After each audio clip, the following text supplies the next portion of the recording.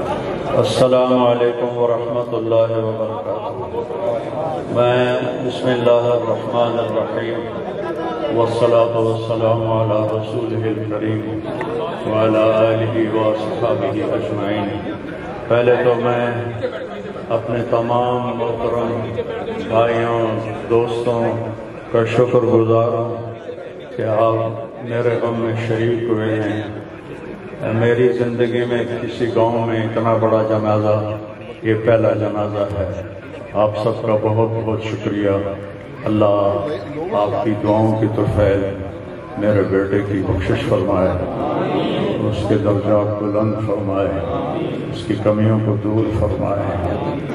ہمارے نبی پاک صلی اللہ علیہ وسلم کا ارشاد مبارک ہے، جب تم پر غم آئے تو میرے غم یاد کرنا تو تمہیں تسلی ہو جائے گی۔ تو جوان بیٹے کی موت دیکھنا یہ وہی جانتا ہے جس پہ گزری ہو، وہی جانتا ہے جس پہ گزری ہو۔ میرے مقدر میں تھا، میں نے ہمیشہ دعا مانگی، یا اللہ مجھے اولاد کا صدمہ نہ دکھانا، یہ ہمیں اٹھا کے لے جائیں، ہم انہیں نہ اٹھائیں۔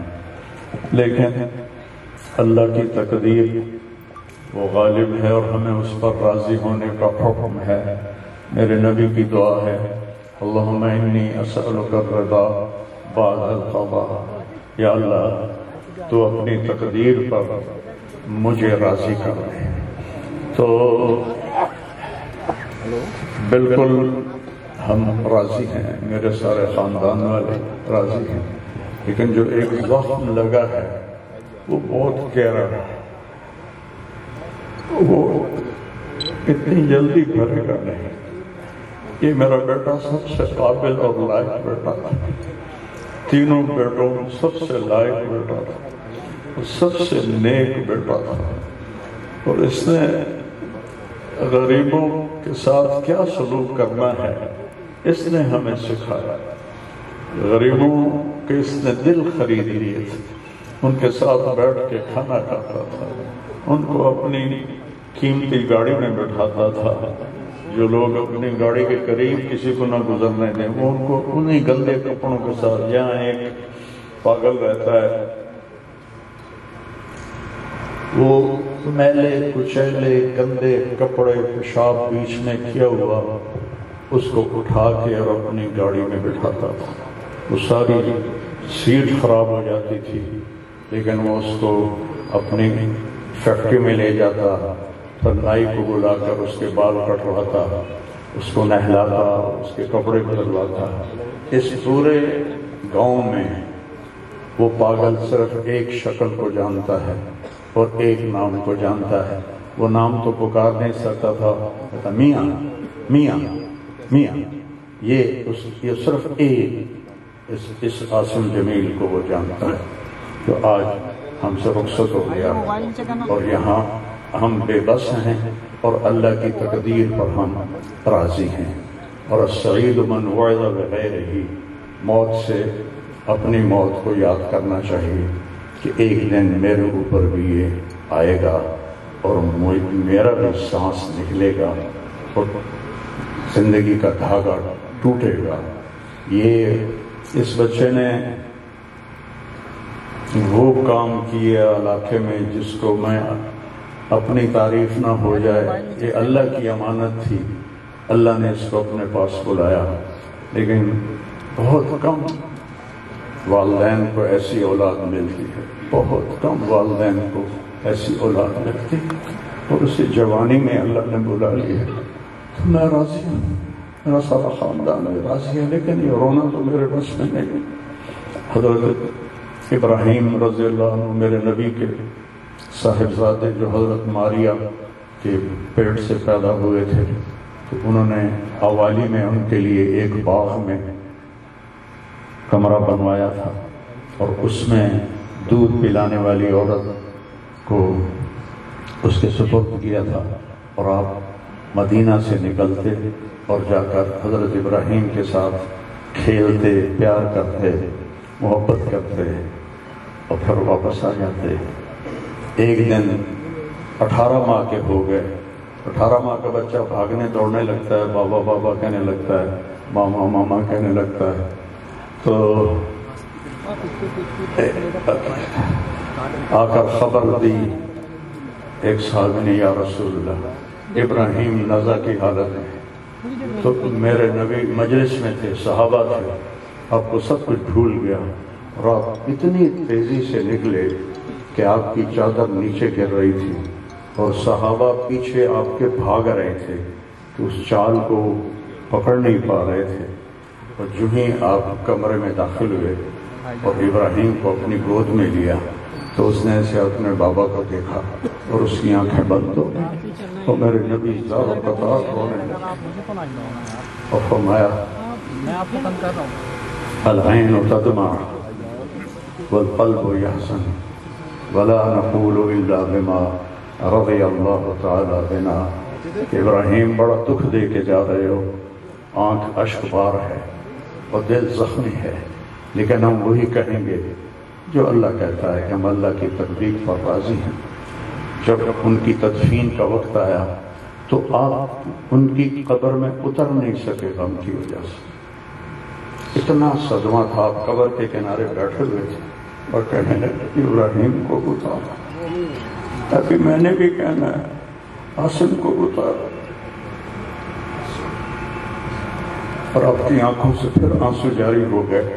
پھر آپ نے ایک جملہ اور فرمایا کہ ابراہیم اگر یہ مجھے پتہ نہ ہوتا کہ میں بھی تیرے پیچھے ہی آنے والا ہوں، جلدی آنے والا ہوں، تو میں اتنا غم کا اظہار کرتا کہ لوگ دیکھتے، لیکن میں بھی تیرے پیچھے ہی آ رہا ہوں. 6 مہینے بعد آپ کا بھی وصال ہو گیا. اور پھر واقعہ کربلا اتنی بڑی تسلی ہے پوری امت کے لیے کہ کسی نبی کی نسل پوری تحقیق کر دی جائے اور ان کے لاشوں پہ گھوڑے چلا دیے جائیں اور ان کے سر کاٹ کے نیزوں پہ چڑھا دیے جائیں. آخری وقت میں امام علی علیہ السلام نے ایک بچہ بچ گیا تھا، عبداللہ 2 سال کا. تو آپ نے فرمایا میرا بچہ مجھے ملا تھا. باپ بھی تو تھے، میرے باپ کو اچانک ہارٹ اٹیک ہوا. میری ایک بہن لاہور تھی، ایک فیصلہ آباد. کہتے کہتے مر گئے. میری دھیاں میں نے ملا دیو، اور میری دھیاں میں نے ملا دیو. دھیاں بیٹی کہتے ہیں مر گئی، نہیں پہنچ سکی، مر گئے. تو آپ نے کہا یہ معصوم بچہ ہے، اس کو کوئی کیا کہے گا. تو عبداللہ کو لایا گیا اور آپ زخموں سے چور بیٹھے تھے. آپ نے عبداللہ کو اپنی گود میں بٹھایا اور ان کو پیار کیا، سر پہ بوسہ لیا اور اس کو ایسے دیکھ رہے تھے کہ ادھر حرملہ بن موقد النار نے تاک کے تیر مارا. وہ تیر اوپر چلا جاتا، دائیں بائیں چلا جاتا، پر میرے رب کو بھی اور امتحان منظور تو سیدھا یہاں آ کے لگا اور یہاں سے پار ہو گیا اور خون کا فوارہ ابلا.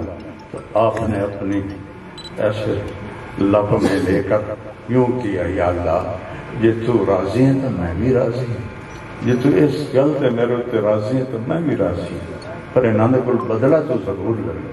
اور خون اچھال دیا اور پھر وہ بھی شہید ہوئے اور ان کے بیٹے بھی شہید ہوئے، ان کے بھتیجے بھی شہید ہوئے، ان کے 5 بھائی شہید ہوئے. تو بھائیو، بے شک وہ بڑی اونچی ذات تھے، پاکیزہ لوگ تھے، اللہ تعالیٰ کے محبوب مقرب لوگ تھے. ہم یہ آزمائش کبھی نہیں مانگتے، نہ ہی کبھی مانگنا. اللہ اولاد کے صدمے سے سب کو بچائے، اللہ اولاد کے صدمے سے سب کو بچائے.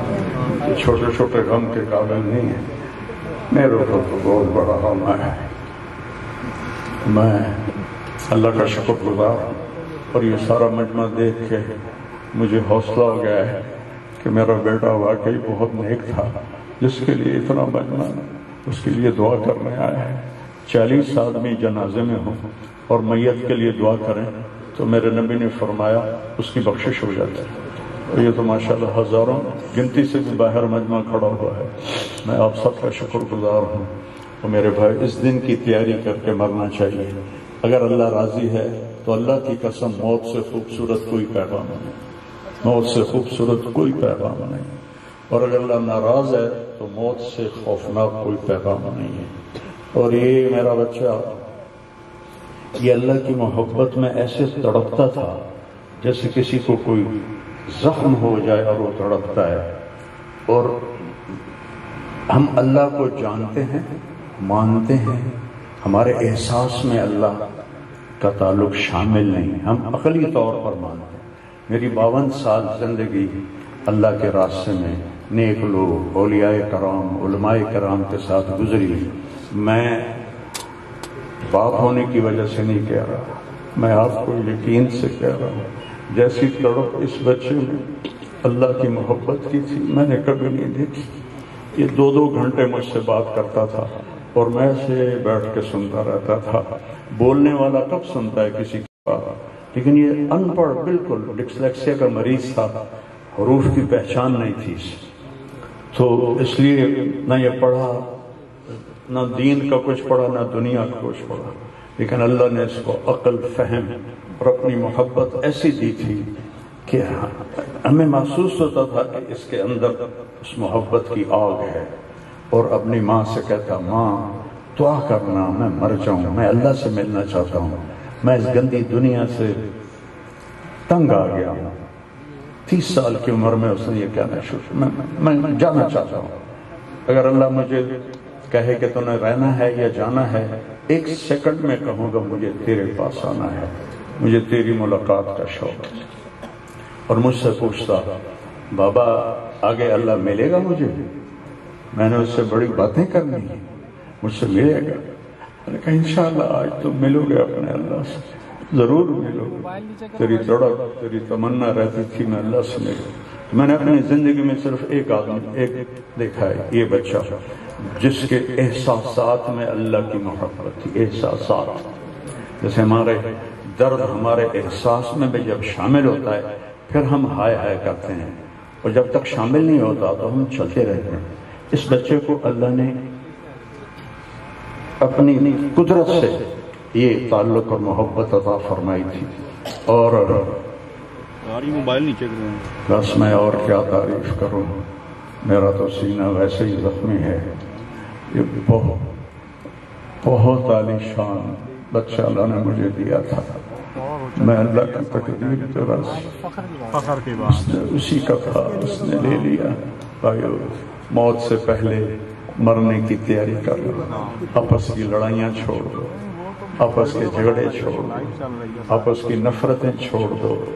مرنے والے سے پوچھو کہ نفرت کا کیا فائدہ ہے، جھگڑوں کا کیا فائدہ ہے. معاف کرنا سیکھو، معافی مانگنا سیکھو، معاف کرنا سیکھو، معافی مانگنا سیکھو. 5 نمازیں ہیں، کوتاہی نہ ہو. سال کے بعد روزے آتے ہیں، بیمار ہو تو اللہ کہتا چھوڑ دو. حج اور زکوٰۃ پیسے والوں پر. تو ٹوٹل ایمان کے بعد 2 باتیں ہیں، ایک نماز ہے اور ایک روزہ ہے. اور اس کے بعد ایک حدیث میں سنا کر ہم جنازہ پڑھتے ہیں. میرے نبی نے فرمایا کہ 4 باتیں سیکھ لو مجھ سے. 4، اب 5ویں بھی نہیں، 5ویں نہیں، 4 انگوٹھا نہ کر کے کہ 4 باتیں مجھ سے سیکھ لو تو پھر دنیا بھی تمہاری ہے، آخرت بھی تمہاری. صدق و حدیث، ہمیشہ سچ بولنا، ہمیشہ سچ بولنا. آج نیت کرتے ہو؟ حفظ و امانتیں، کسی کو دھوکہ نہ دینا، کسی کے ساتھ 2 نمبری نہ کرنا، کسی کو اپنے مفاد اور پیسے کے لیے، اپنے منصب کے لیے اس کے ساتھ دھوکے بازی نہ کرنا. تیسری بات حسن و خلیقتیں، اپنے اخلاق اچھے رکھنا. گالی، غیبت، الزام تراشیاں، جھگڑے، یہ چھوڑ کے اچھے اخلاق والے بن جاؤ. اور چوتھی بات فرمایا عفت فی طعمۃ، رزق حلال کماؤ. اب سارے مجمع سے میری اپیل ہے، آج کے بعد نماز پکی کرنی ہے اور سچ بولنا ہے اور کسی کو دھوکہ نہیں دینا اور اپنے اخلاق اچھے کرنے ہیں.